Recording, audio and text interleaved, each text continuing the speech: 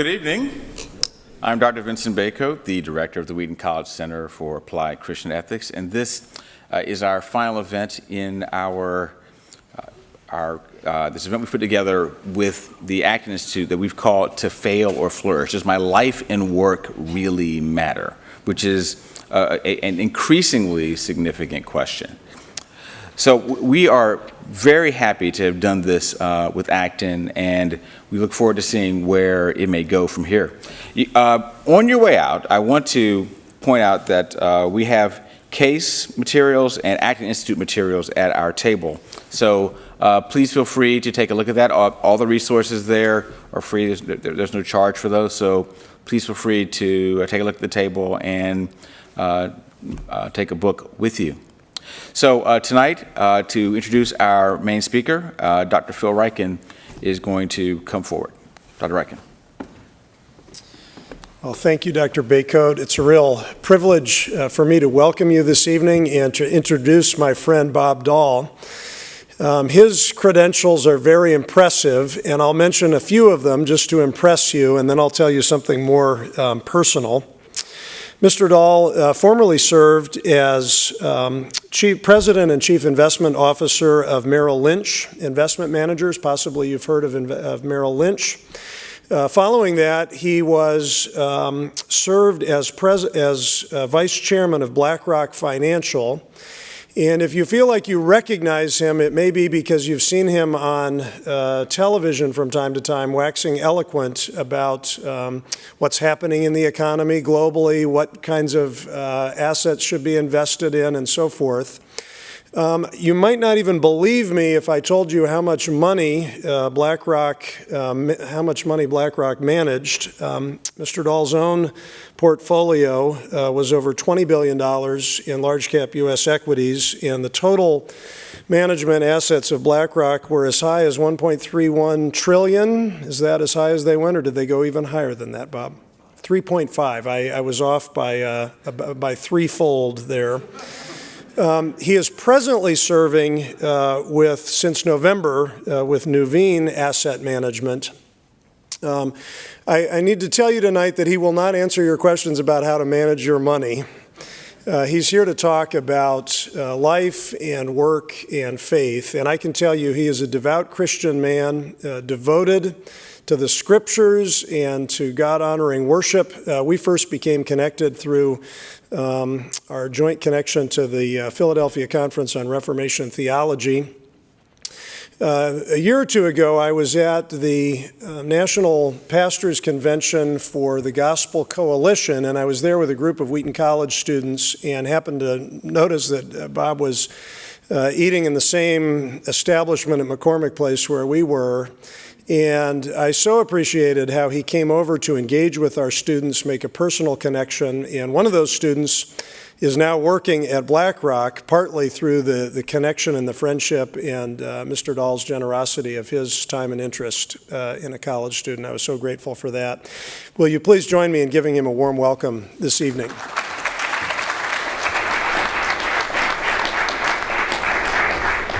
Thanks, Dr. Ryken, and good evening, one and all. So this is not a lecture on how to buy low and sell high. Maybe we'll save that for the Q&A. I've been assigned the topic of failure, the surprising stepping stone to success. And when you think of failure, I think we've all been there in lots of different ways. Dan Wolgemuth, some of you may know that name. Dan is president of Youth for Christ. He's a good friend of mine. Graduate of this fine institution, child of God. He and his wife Mary were bicycling last summer in the Pacific Northwest, and Mary had a near fatal accident. Now, God knew this was going to happen. God permitted this to happen, and God loves Mary more than she possibly knows. How does that all fit together? Dan says the options we have when we fail or when bad news comes is to ignore it, to become paralyzed in it, to wallow in it, why did this happen to me? Or to use our experience to learn, to grow, to mature, to be transformed by God? What if the bad news and failures of life are gifts from God? 8 months ago, after 32 years in the investment management business, going 100 miles an hour, 24/7, I lost my job. I'll spare you the details, but it had something to do with sharing my faith. I wallowed for a while, and then God got a hold of me, and there's more to the story, and I'll share some of that as we go. How about Joseph, a famous and favorite Old Testament character? Patriarch left for dead by his brothers. They're in prison several times, passed over many times. What a failure was he? Each of us can relate to failure in different ways, and much of what I believe defines us as Christians is how we relate to one another when we have those moments.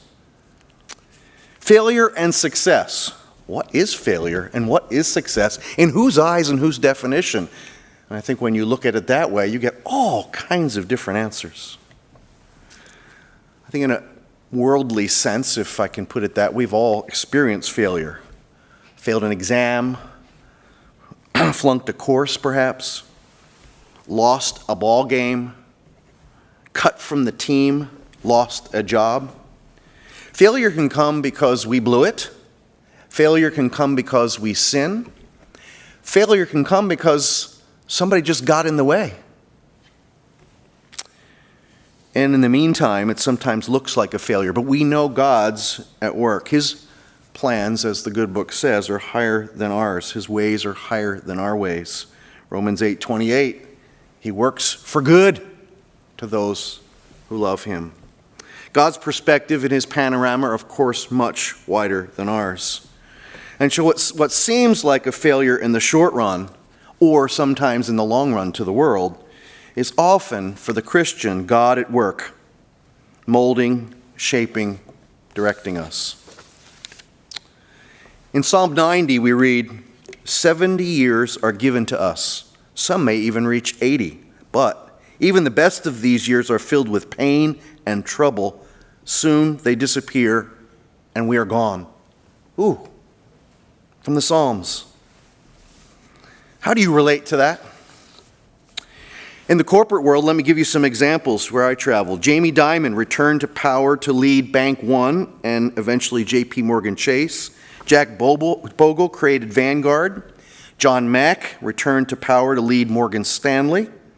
All three having been fired previously from leading financial institutions. And yet there are others, I'll leave their names out, who've not been able to regain their lost leadership despite comparable fame, comparable integrity, and comparable wealth. God wants to bless us. The scripture is very clear about that. Jeremiah 32, I will never stop doing good to them. I will rejoice in doing good to them. Our failure is not an obstacle to blessing any more than our success is a condition for blessing. He blesses us just because he loves us, because we're his children. There, of course, is the rub. He gives us what he thinks is good, and he knows is good, and we don't always agree. The highest dream that any of us could have would be to know God, to really intimately experience him. The problem is, we don't fully believe this is true. Oh, we might say it with our words, but do we really feel it in our hearts and live it? Many, especially those in school, dream big dreams. There's something like straight A's, a good job, perhaps looking forward, good marriage, talented kids, enough health and money to enjoy life, maybe an opportunity to make a difference in the world. These are all good things, and of course we want them. But we often think they're the best things, and that's why God sometimes calls us foolish.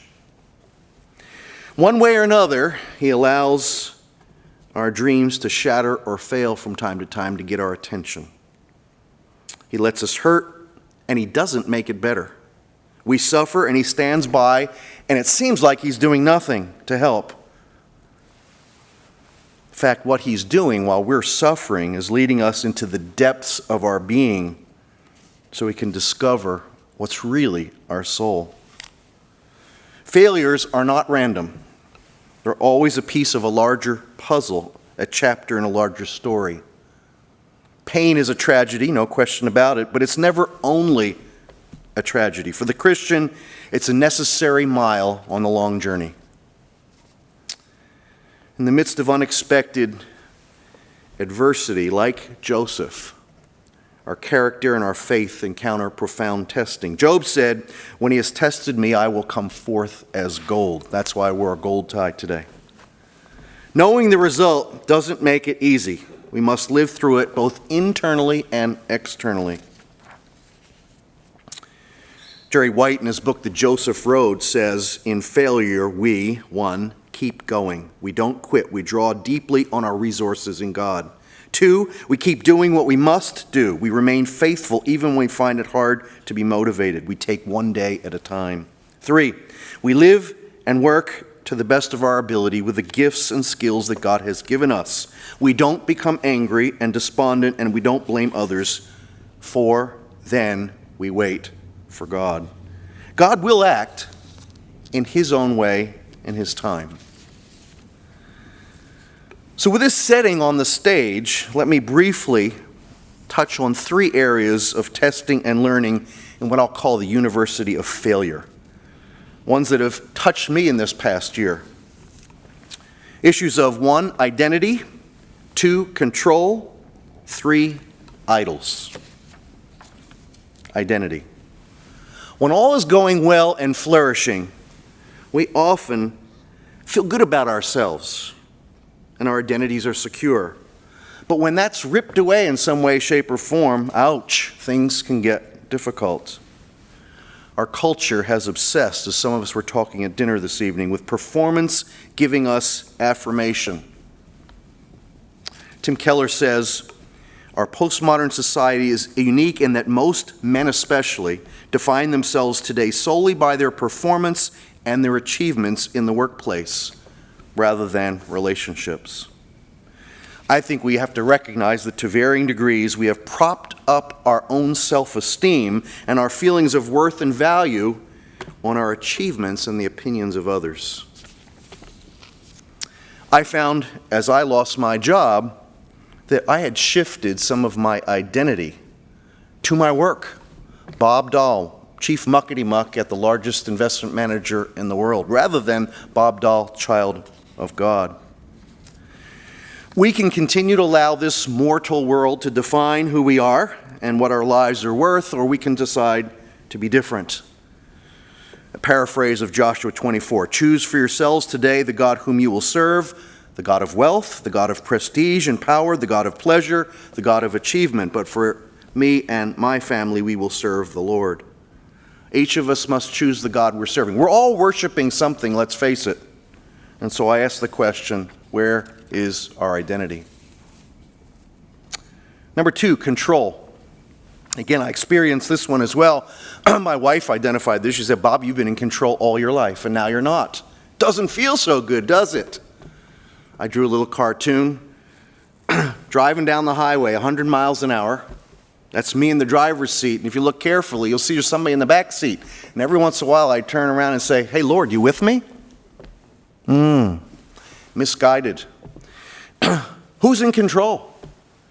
And if we are Christians and seek our relationship to deepen with God, He will get our attention as to who's in control.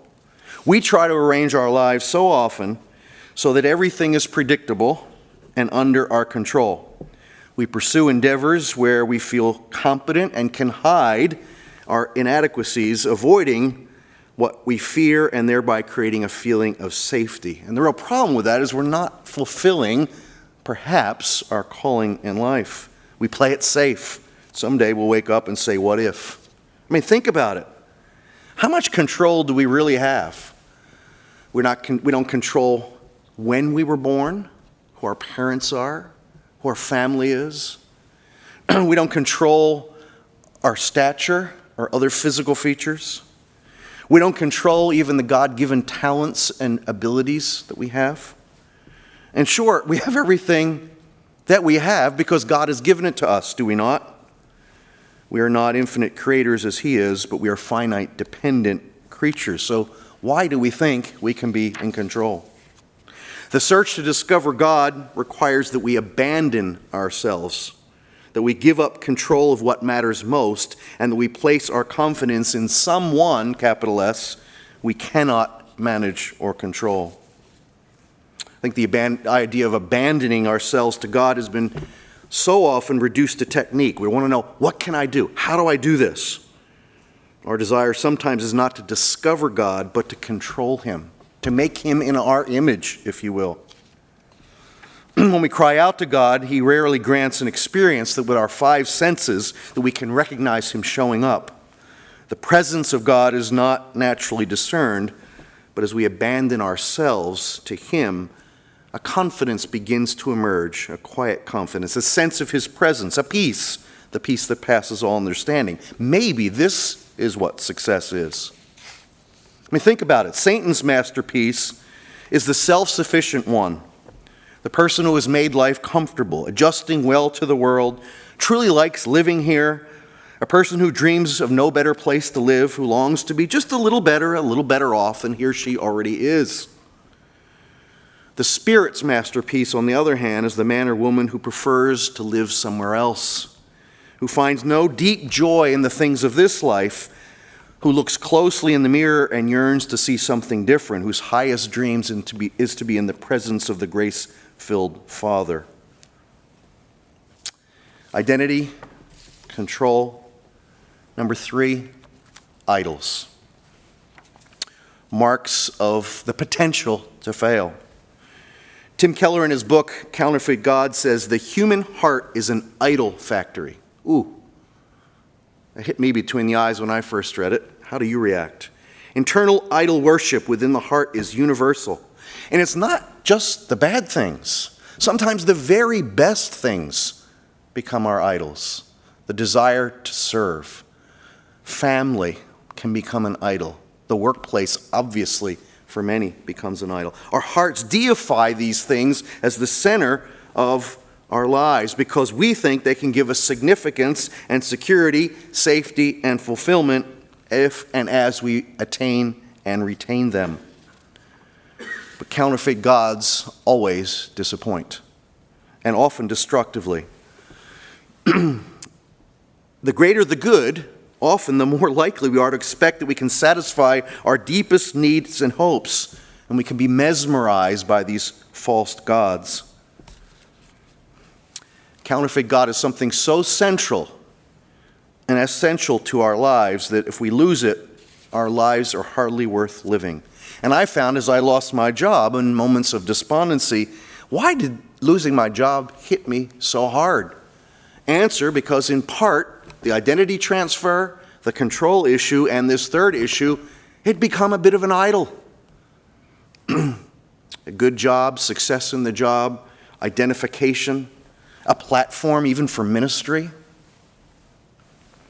An idol is what you look at and say in your heart of hearts, if I have that, then I'll feel my life has meaning.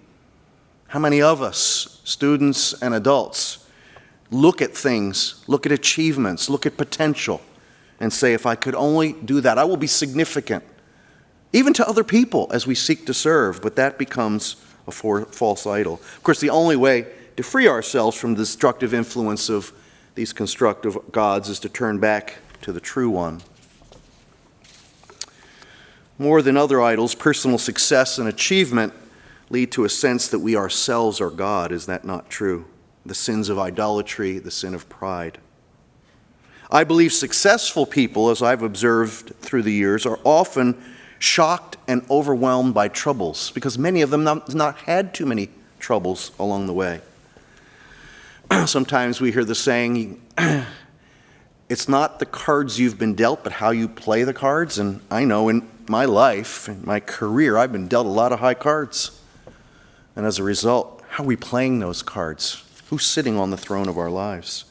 The idol of success cannot be just expelled, it must be replaced, as I mentioned a second ago. The human's heart has a desire for a particular valuable object that may be conquered. It needs to have some object to conquer. And as a result, we can't know all the reasons that our Father allows failure to happen to us. But just like Jesus, we can trust him in those difficult times. And as we look at him and rejoice in what he did for us, we'll have the joy and the hope necessary, and I would argue the freedom from the counterfeit gods to follow the call of God when times seem their darkest and most difficult. So having surveyed briefly the subjects of identity, control, and idols as it relates to failure, let me offer a few perspectives and then a few words of conclusion, then we'll be on with our panel. Not my words, Isaiah. For my thoughts are not your thoughts, nor are your ways my ways, declares the Lord. For as the heavens are higher than the earth, so are my ways higher than yours, and my thoughts higher than your thoughts. In 2 Peter, we read that 1,000 years are like a day to God. We get so focused on the task at hand, the days ahead, the years ahead, and we lose the fact that God's horizon is eternal. He cares about our eternal well-being, and we often don't see that, and that leads to incongruous actions and incongruous thoughts at times. Sometimes we only learn the most sacred of lessons, the most sacred of truths when we walk through the individual storms in life. We all will have them.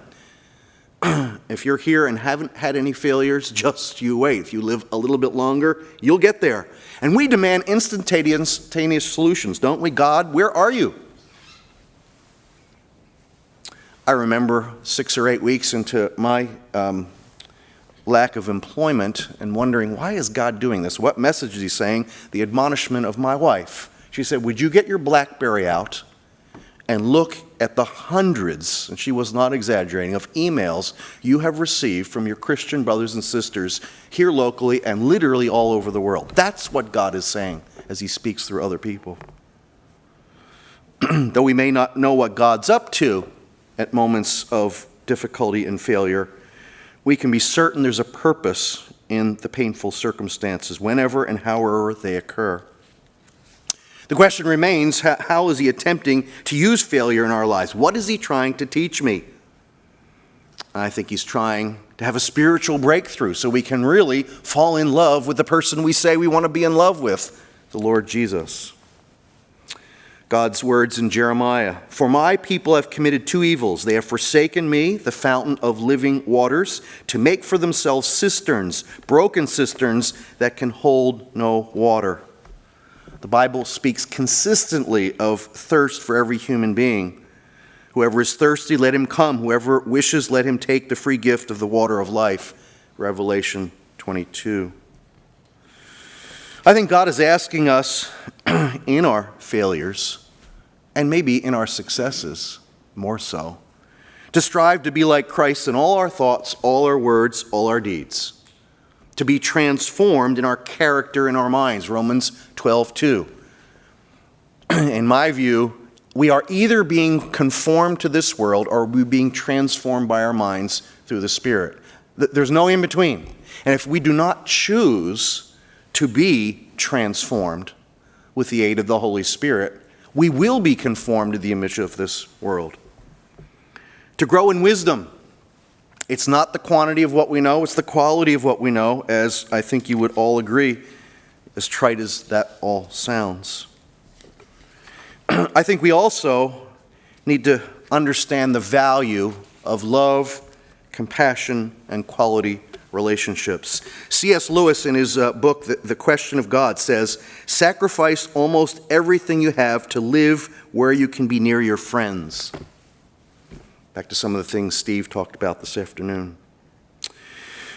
In the book Season of Life, Jeffrey Marks cited a study that revealed a sad fact that most men, women are a little better at this, most men over the age of 35 have no authentic friends. Ouch. when I lost my job, I formed a personal board of 5 men in my life, know me, love Jesus, and I said, guys, would you be part of a little personal board that will cease to function when I land wherever God's going to have me land? And they all said yes, and what a blessing they were, holding me accountable, asking me the tough questions, making sure that I was living what I said I was wanting to live, etc., etc. Leaning on the body of Christ, especially in times of failure, is absolutely key. I think our greatest fear should not be failure, but the fear of actually investing in a life, something that does not really matter. We live in a culture that measures greatness by the ways you know, what we've amassed, how celebrity status looks like, etc., etc. And what God has identified, of course, is the true value. To repeat, is character. Proverbs 22, a good name is more desirable than great wealth. The gaining of wisdom, more valuable than silver and gold, Proverbs 3. And the quality of our relationships, 1 John 4. And of course, above all that, Paul says in Philippians, I consider everything worthless in comparison to the unsurpassing value of knowing Christ Jesus my Lord, for whom I've suffered the loss of all things and consider it rubbish, so that I might gain this relationship with Christ.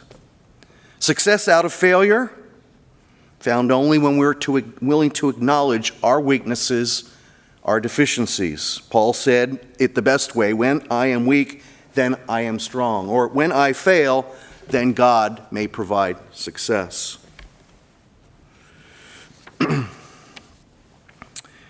I believe sometimes it's harder to discover our desire for God when things go well. We may think we have, but more often we've just used God and not learned how to enjoy Him. A few thoughts in conclusion. Mary Wohlgemuth, who I referred to earlier, here's what she said about her physical ordeal. This experience, quote, has deepened the well of my own soul. I think they're precious words for a woman who almost lost her life. My situation, I jotted down, this took me about 90 seconds, and I could have gone on and on. 10 outcomes of the last 8 months would not have been possible had I not lost my job. 1, I have a closer and deeper relationship with God and a deeper faith, and I am thankful for that. 2, I've read more books on character, calling, and adversity in the last year than I did in the prior 25 years of my life. What a rich time, both in the Word and the derived word, if you will. 3, I've had the privilege of sharing in settings like this all kinds of subjects related to this. 4, I have a job. It's a smaller one than I had before on every way, shape, or form and measure, but I'm doing the things God's gifted me to do. I'm enjoying it. I'm loving the people I'm doing it with. Number 5, I have the opportunity during this interim period, after neglecting the following: my life plan, a financial plan, didn't have a will before. Can you believe it? In the financial business, what a tragedy. An exercise plan. What do you think, Phil? 6, I have many more Christian friends today than I did a year ago. And more importantly, number 7, I have more close friends. 8, I have the opportunity to join a whole raft of boards to serve. 9, I believe I have better balance in life. I still work more hours than the average Joe, but I don't work as many as I did before.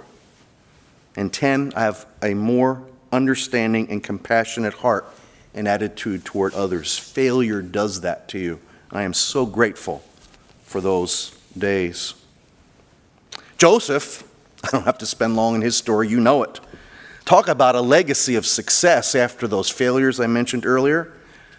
A titan in leadership, respect, integrity, faith, hardly paralleled in the pages of the Word and elsewhere. I conclude by remembering Alexander Solzhenitsyn, the Pulitzer Prize winner. He spent 8 years of his life, as you know, in prison for making a few disparaging remarks about Joseph Stalin. He went into prison as an atheist and came out a Christian. After he was released, the first words out of his mouth were, quote, "I bless you, prison. I bless you for being in my life. For there lying on rotting prison straw, I learned the object of life is not prosperity, as I had grown up believing, but the maturing of the soul." So if the object of life is indeed, as Solzhenitsyn suggests, the maturing of the soul, the transforming of our character through knowing and glorifying God, we will learn to see failure, just as he did, as a true blessing in the development of our lives and the relationship to others and to our God. Thank you.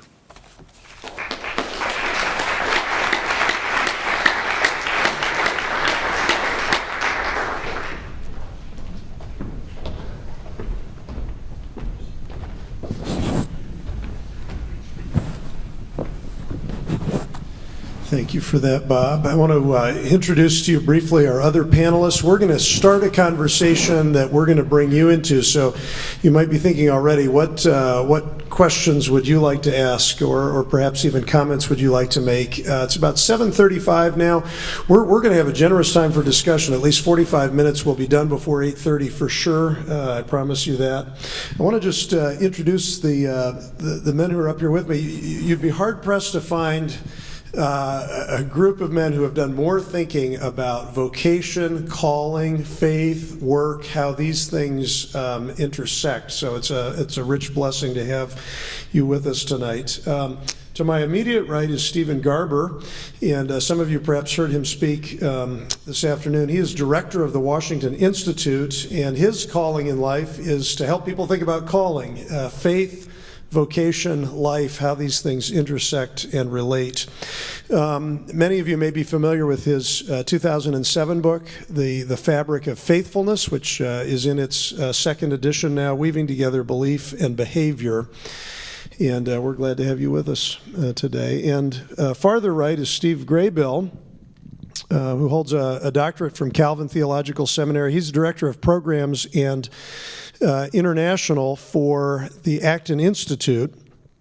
And among his writing projects, he is the general editor of the NIV Stewardship Study Bible, which has to do with a lot more than just how you spend your money. It's how you spend your life and how that's reflected in the scriptures. He's also general editor of what to me has been, and I didn't have a chance to say this earlier, a very exciting publishing project, the Abraham Kuyper volumes on common grace, which are now being translated from the Dutch into English, and just a very exciting project for thinking about Christianity and culture and how they relate. So we're grateful for that work.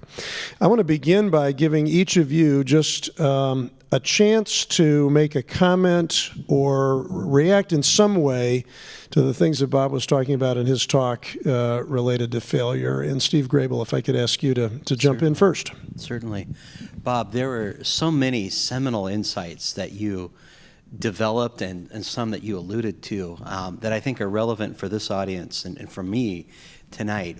One of the first points that stands out to me in terms of what you said about failure is that since failure is inevitable, as a steward, and all of us are called to be stewards of all aspects of God's creation, we will be a steward of failure. And the question is, what kind of steward of failure will we be? How are we preparing for that ahead of time?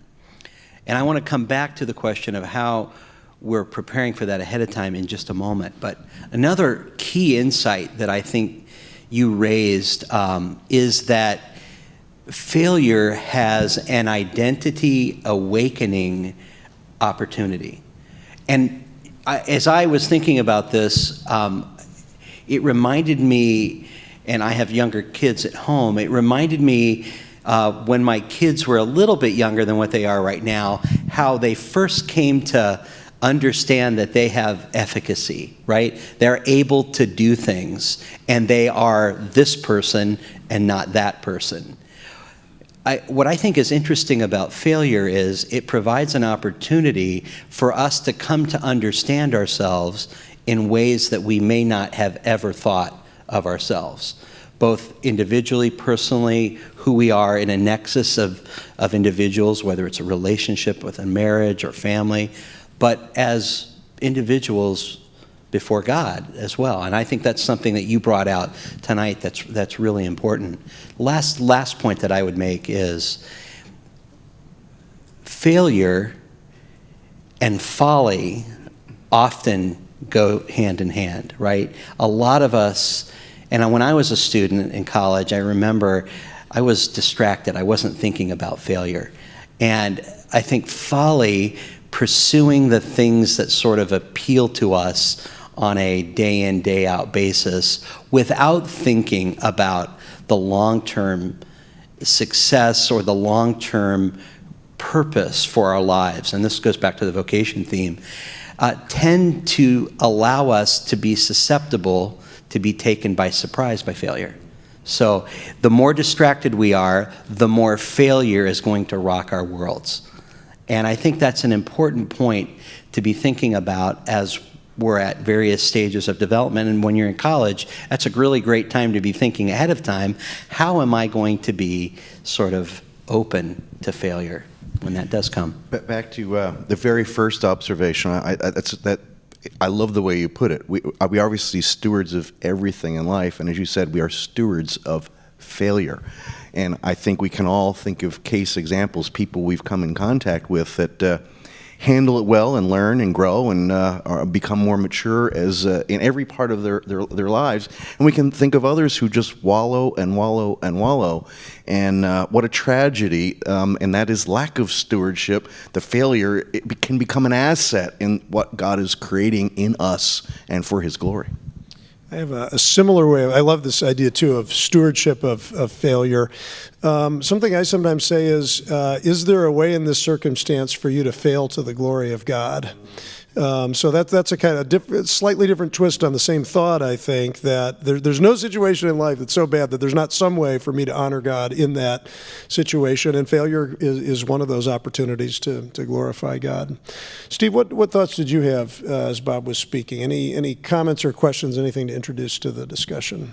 I'll just echo off of what already has been said, because this is the theme tonight. It's what you took up, Bob. I've had a long interest in sustaining faith. That's really probably the heart of my thinking over most of my life now. What habits of heart do we need to have to keep at things for the rest of life? It's one thing to be full of dreams and hopes, of ideals for how you're going to live your life, but it's something else actually to keep at it. You said to us that if you haven't failed, then you haven't lived long enough probably yet. So I heard that again and again and again, and I would just say that I think the image, Stephen, is of being a steward of failure is very rich, actually. This book that you mentioned, Fabric of Faithfulness, I have taken it all over the country and around the world, really, and been to Wheaton a few times with it over the years, and the book really is me as a professor wondering why is it that some students that I've loved don't keep at it over time. And it wounded me, I would say. It was just a great burden to me. It's a pastoral sense of teaching, I suppose, but a sense of I've loved you, I've given my best to you, and what happened in your life. And in taking the book all over the place, I've found that people who do stick with things, who do stick with their commitments, have all faced failure in different kinds of ways. They've all faced disappointments. They've all faced sorrows, all faced hurts, and yet they've kept at it. And that's what marks them principally. Nothing else really would be, I would say, so central as a marker for people who, over the course of life, stick with what once mattered most to them. Then that they've learned how to deal with, you could say this in 1,000 ways, but the brokenness of the world, the brokenness of their own hearts, their own souls. And yet have kept at it. You mentioned Kuyper's work, Phil, and I'm quite a student myself, and I love the Stone lectures, in your Princeton home these days, but that he gave 100 years ago there. But I love equally the volume called To Be Near Unto God, which is 110 meditations on that one phrase from the Psalms, it is good to be near unto the Lord.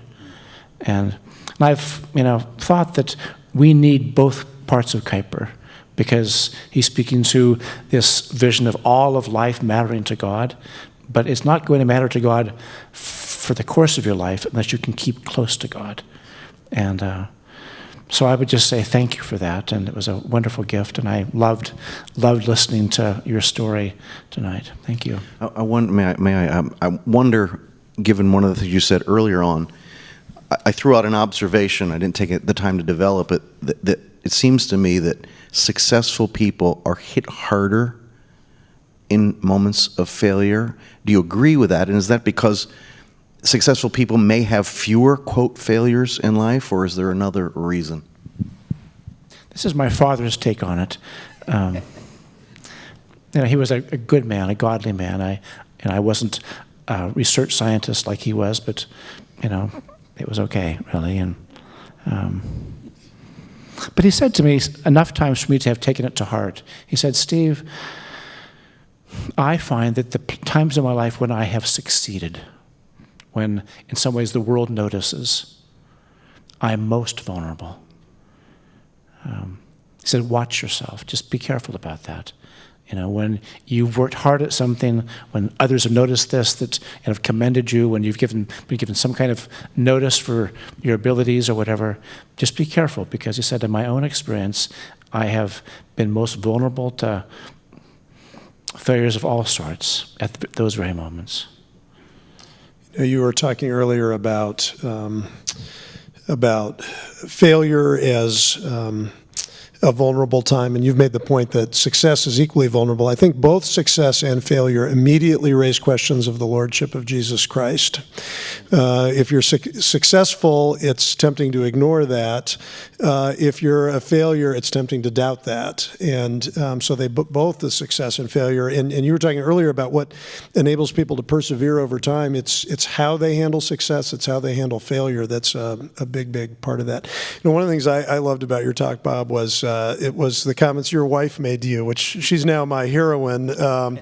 She obviously, you gave us just enough of a glimpse to see, she's a tell it like it is, tell you what you need to hear person. It's very significant to have those voices speaking into your life. One thing I was wondering about, you became unemployed from BlackRock. I don't know the best way to say it. How long ago was that? That was last May. Yeah, that happened last May. And I was wondering as you were talking whether this was a talk that you could have given 12 months ago, but also, and I assume the answer is no, but is it also a talk that you could have given 3 months ago before starting again at Nuveen? And one of my reasons for asking that is we have a kind of narrative in the Christian community which is the failure, but I've overcome the failure and I'm a success again. But actually the tenor of your talk was the things that the failure itself, not just overcoming the failure, but the failure itself taught you. So that was I don't know if that's even a question to answer, but it was something I was thinking about as you were speaking. Yeah, so a few comments.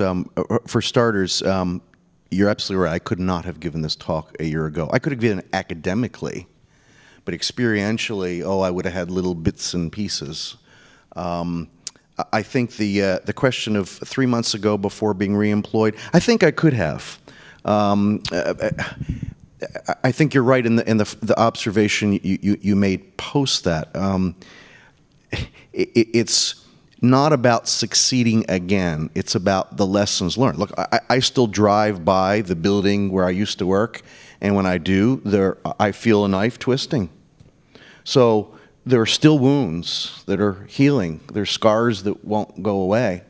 And as a result, I think I'm constantly reminded, don't get caught up in the things perhaps that you got tripped up with before. And I hope and I pray that never goes away. Bob, one of the things that I was thinking about as you were speaking was, what are my expectations for failure? And then what are my expectations for the way failure is going to get resolved?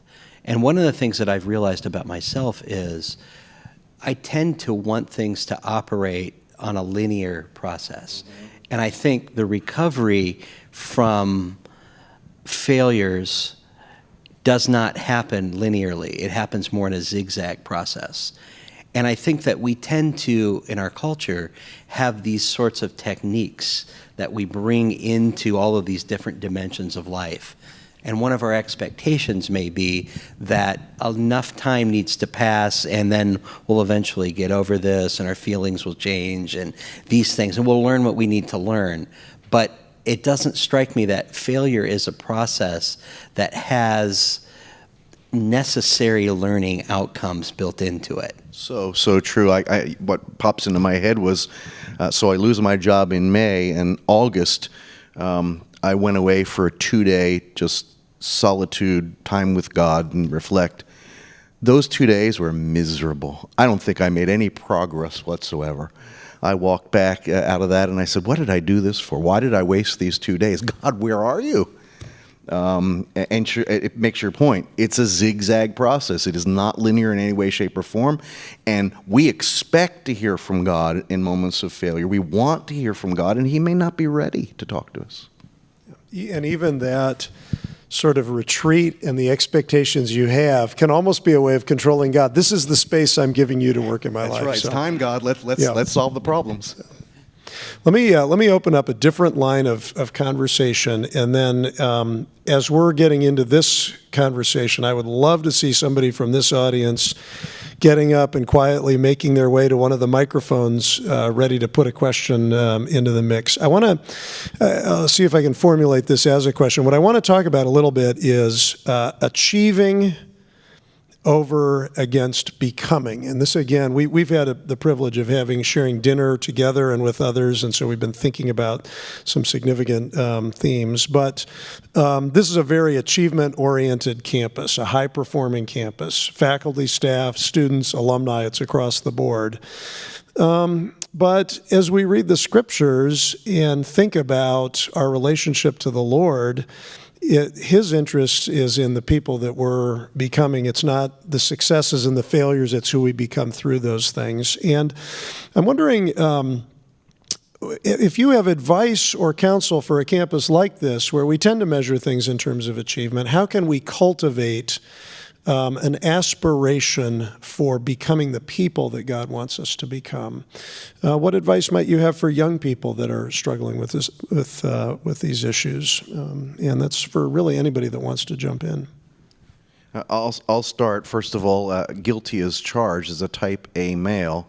It's all about doing, and I really have I struggle being. But as we talked about at dinner, as you just mentioned, God doesn't care about our achievements in the sense that He wants to know what is our motivation in our heart. Who are we? What are we being? You use the words, what are we becoming? Once again, I turn to my wife. She's more of a, I'm going to be, and less about what I'm going to do. And so, there's an influence in my life. I think it's, the advice to a student is just to recognize what God's looking at. He's looking at who we are and who we are becoming, not what are we doing and what successes are we going to have. This is something you've thought a lot about, Steve, I know. In my achievements in my life, Bob and Phil, here, I spent some time becoming very serious about what's called the ethic of virtue.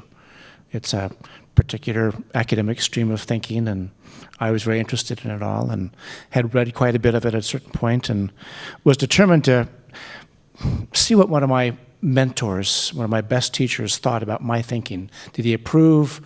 Did he have any suggestions? His name was J.I. Packer. Maybe you know that name.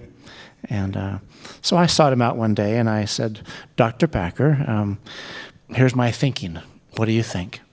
And I had particularly wanted to set before him the Beatitudes, which I thought were really the virtues of the kingdom, was how I saw them. And it was residing within this larger, longer, deeper, in some ways, interest of human beings, but Jesus had given expression to these in the Beatitudes.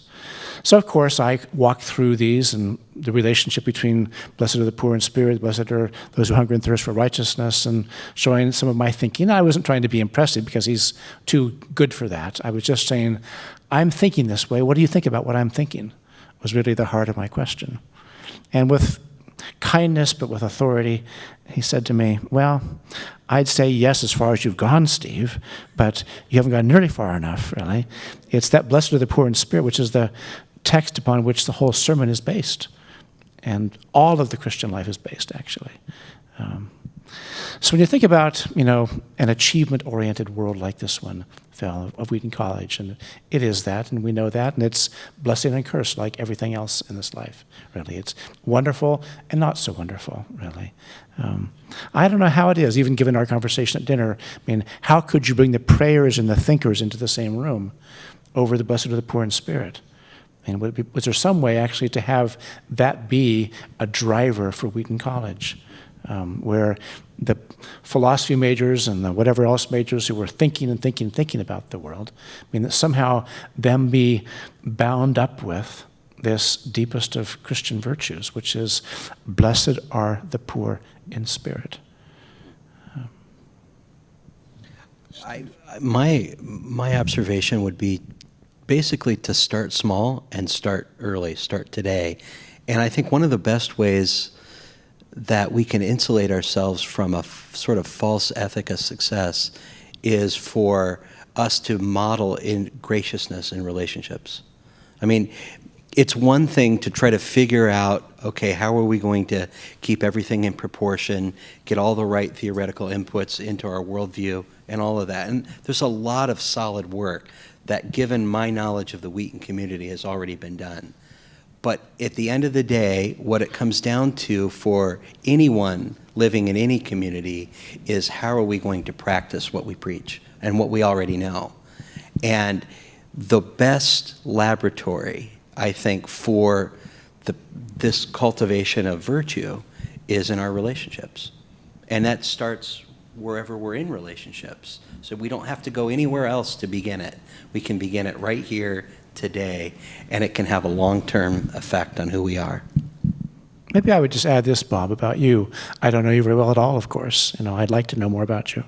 But I would say that, not only the words tonight, but because of who you are in your life, that you have made yourself accessible to people.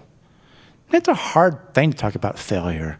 You can do that, and the lights are dimmed here, and it's sort of a fancy occasion in some ways, and you got a microphone, and, but, who wants to talk about failing, really? You did well at it, and I don't want you to get a big head about that. I don't feel too successful. I'll fail again, right? Yes, too successful. Let me just say one other thing failure. about this.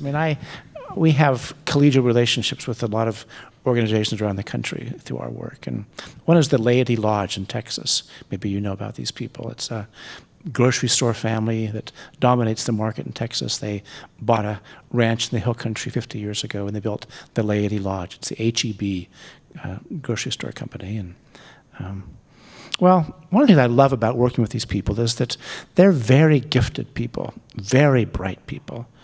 You could just see that the Holy Spirit has blessed them and gifted them, but it's not about them, and that's also very clear, that there's a sense in which they are not doing this because this is about them, and I love that, actually. So when I think about, this business of how do you be gifted and good at what you do, and yet also it not be about you. I think that's really what has to be the prayer for the grandmothers who pray for Wheaton College. Now, I look out here, people have totally ignored my invitation to get up to a microphone and ask a question, but surely somebody has something that they want to ask about, and this would be the time. So who will go first? And if you could just briefly introduce yourself and your question. Is that Jacob who's getting up? Yeah.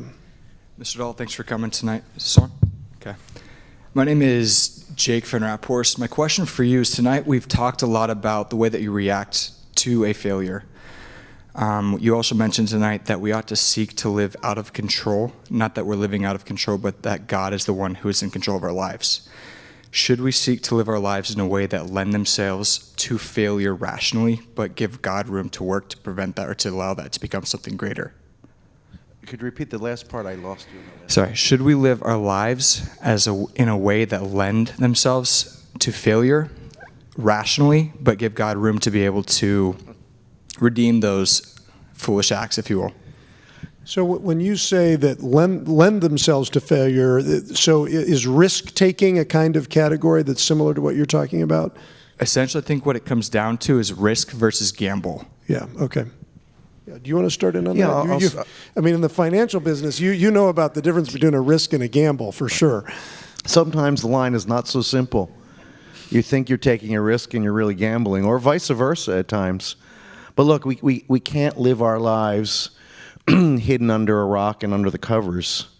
I can remember when I lost my job, as a quick aside, there were days I couldn't sleep and the alarm would go off and I didn't want to get out of bed. I wanted to throw the covers up over, talk about hiding. But I think that we cannot live our lives avoiding risk so we don't fail. I think we just use the gifts that God has given us, including our minds, to take appropriate risks relative to whatever sphere of life we're talking about, and He will guide and direct. And if we fail, we shouldn't set ourselves up to fail or be in the way of failure. God will make sure that happens if He needs to get our attention. I really believe that. So there's a start, guys. You want to? Yeah, and let me just add to the question. Can we give any criteria at all for what's an appropriate risk as over against a foolhardy gamble? What would be some of the hallmarks of the one as over against the other? I mean, I often tell students, don't be afraid to fail. Take risks. Do something that you might fail at, and if you fail, you can fail to the glory of God. But there's also a place that would be a foolhardy, venturing things that shouldn't be ventured. Can we give any criteria for that? That's a tough question. I think in my own life, one of the ways that I know, and I've come to know this a little bit more as I've come to know myself more, when I take foolhardy risks are when I'm sort of full of my own purpose, right? When I'm thinking about how something would advance the kingdom, or I'm looking for the bigger, broader motivation, being connected to God's purpose and my purpose as that's connected to God's purpose. It changes the way you look at it. So I'm not sure that the criteria is super precise, but I think motivation really plays an important part in helping us to individually discern between the foolhardy risk and the responsible risk. It's an interesting conversation for us as a campus because we've just had Ken and Andrew White here, the vicar of Baghdad, and he exhorted our campus not to take care, but to take risks. And he probably takes some risks that are more intense than what some people would take. So, and there's a place in this, I think, for an individual's personal calling. I think one additional factor I would bring into the discussion is there may be risks that we can happily take for ourselves, but we need to think about the impact that the risk we take will have on others. And so there's an element of charity thinking about the impact that things may have on others that should be part of the discussion. Do you have anything you want to add on risks or gambles? I see somebody close enough to a microphone to ask a question.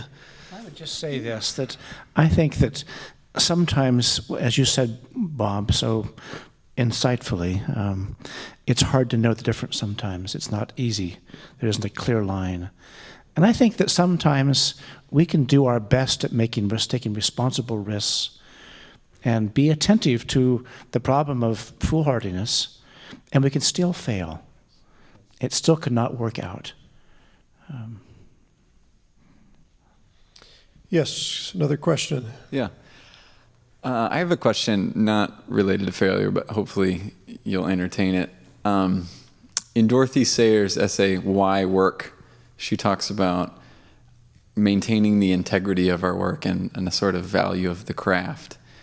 And I'm wondering, to what extent do you think, as consumers, and in America, sort of super consumers, we have a responsibility to use our consumption for values apart just from sort of the brass tacks of markets? I don't know, thinking of the business fads of mutual funds that only invest in certain types of companies that have explicit values, or Tom's shoes that gives a certain number of shoes away. All of these that have a sort of value-laden aspect of their work. To what extent do you think as Christians that's something that we should think deeply about? Are there cautions you would have or endorsement of that? I'm curious, given the way that is a big part of every American's life, the way that they consume. Lots of subjects in that question. Let me make a couple observations, and then my colleagues can jump in as well. Look, Dorothy Sayers was ahead of her time and did a lot of good work on these subjects, and I think provided a lot of enlightenment and brought back some of the Reformation principles to get us back on track after a long period. And I think that as a result, to your question, we need in what it is God has given us, you mentioned material resources, so I'll go there, to make sure that we are being proper stewards of them in the way that would honor God. And yes, conspicuous consumption can be a problem. You touched on that subject, and where does one draw the line? And I think one's line can be different from the next person's line. There's no one suit that fits all in this particular instance. It's how we're using our consumption. I think you used that phrase, and I would agree with that. On the last subject that you touched on, I think the same thing. And people often ask me, as a Christian, do you buy companies that do things that are anti-Christian? And the answer is, if I have a client who's holding me responsible to beat a benchmark, and in that benchmark are those kinds of companies, I have no choice but, if I think they're good investments, to buy those companies. Different from what I might do personally. And so there has to be, again, the adjudication of what is the responsibility that one is taking on, and as a result, how does one then use his or her own principles with their own wealth? I hope that provides some clarity to that subject. Gents? Again, there are a lot of good subjects there. Just let me pick up on the last one that you had mentioned, the sort of the way values are embodied in the types of products that we buy. I think the types of products that we buy and the way in which we consume these products tells a story about who we are. I think, and so I would want to have a full stop after that point, and yet I would ask that we don't push that too far. I do think it tells something about our basic values, but we need to understand the complexity of the creation of products, how products are sold, how, when those products are sold, how it affects deeply other people in networks of exchange. And so one of the things that I think it's really critical to understand about the sort of value investing and the sort of products that we buy, and as a reflection on ourselves, is in the way that we are able, through the work that the creation of the products embody, that we are able to help others and are connected to others. Buying and selling are deeply moral acts. And I think part of that is seen in the craftsmanship, but it's also seen in the consumption. And consumption isn't in itself a bad word.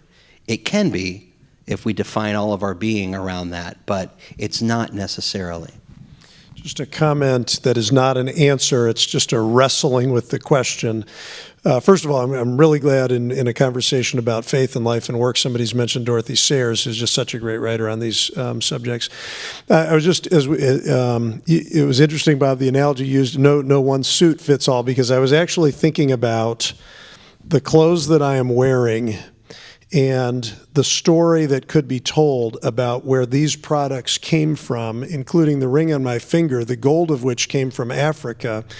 And I know essentially nothing about the circumstances in which these materials were gathered, how they were produced, how well people were paid, what kinds of work situation they were in. Being in this culture, we are very deeply implicated in many things that we have no direct knowledge of at all. and very likely, and in those things, we're caught up in some of the best things in life, just the beauty of a fabric like this and how it's produced, but also inevitably caught up in human sin in deep ways that are just part of our tragic and fallen condition. That's another way of just wrestling with the same question. I see three people ready to ask a question. We'll take these, probably a little more briefly, but you, sir, in the gray, and then Mr. Pollard has a question, and then Drew, you have a question. My name is Isaac Evans, and I don't go to this school, but I'm currently in the workforce. And one of the things that I found just holding a job is that sometimes I lose my motivation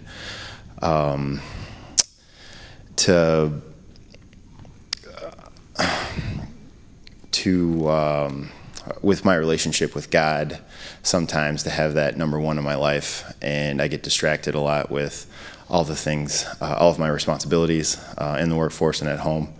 And you had mentioned while you were talking that you were going like 100 miles an hour, and in your previous position, and you hadn't thought much about, I guess that was the primary focus of your life at that point, and then after you were unemployed, then that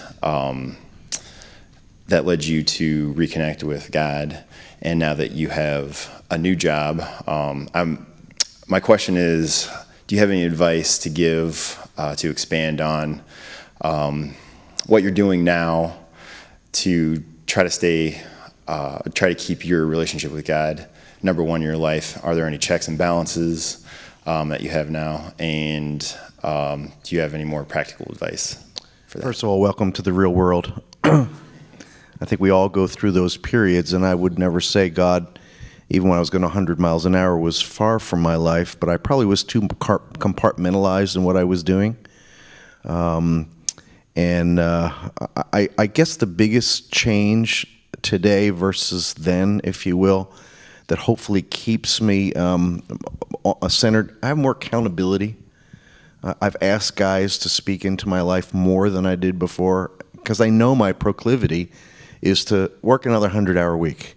And not that there's wrong with 100-hour weeks if that's what you have to do from time to time, but the pattern of it. And so I guess my practical suggestion, coming from one who's doing it, is get some accountability. One of your friends that you can call you up and say, how's it going? How's your relationship with God? Making sure you have those times. I always did, but I am more conscious now of having times during the day. I'll have my secretary actually program in, I'm doing again, guys, instead of being, but anyway, I think for a good purpose. Time with God, and meditate. God, what's the rest of the day gonna bring? Help me to live for you. This difficult conversation I need to have, let me pray about it, etc. Mr. Pollard. Bob, thank you. I want to ask a question about words and labeling your experiences of failure. I know enough about you and your performance in your given area of expertise that the decision was not made because you were not performing. The decision was made for other reasons. And it was a painful decision for you. And I'm raising the question of the use of pain as evidence of life. I don't think any of us would label Jesus failed in his decision to choose a traitor as a disciple. Now, I don't understand all the reasons for that, but he didn't fail. But he certainly suffered pain when it happened. The humanity of Jesus suffered pain. The humanity of Jesus suffered pain when he went to visit a close friend that had already died. He wept. And he certainly felt pain on the cross. And it's a story of a missionary doctor who was working in a far-off land with lepers. And every month, he would dip his body in very, very hot water so he could feel pain at every extremity of his body. It was the only way he could know whether he had contracted that dreaded disease or not. So isn't the painful dimensions of life part of life? Isn't it a reality of life? That's the question. You know I'm going to say yes, Bill, and I certainly agree it is. It is out of, I'll use the words interchangeably, probably it's not fair, but out of pain and failure does come the opportunity for growth and closeness to God, as I tried to give testimony to. So I would agree. I did in the very beginning, if you'll recall, talk about success, failure. Whose words are these, and from whose perspective? I again had to pick my points with just 25 minutes to speak. What am I going to develop? And then I chose just to leave that hang out there. But you raised the right question. Failure in someone's eyes is success in someone else's, and I would agree that failure. I'll take my personal example. Failure in the sense of I lost my job, and the world says Bob failed. I would say, I gave that quick list of 10 items that I think make that failure, at least part of it, a success, with the scars and the wounds still there, as it were. True. Hi. Do you think there's a way we can glorify God by being sad about some of these things?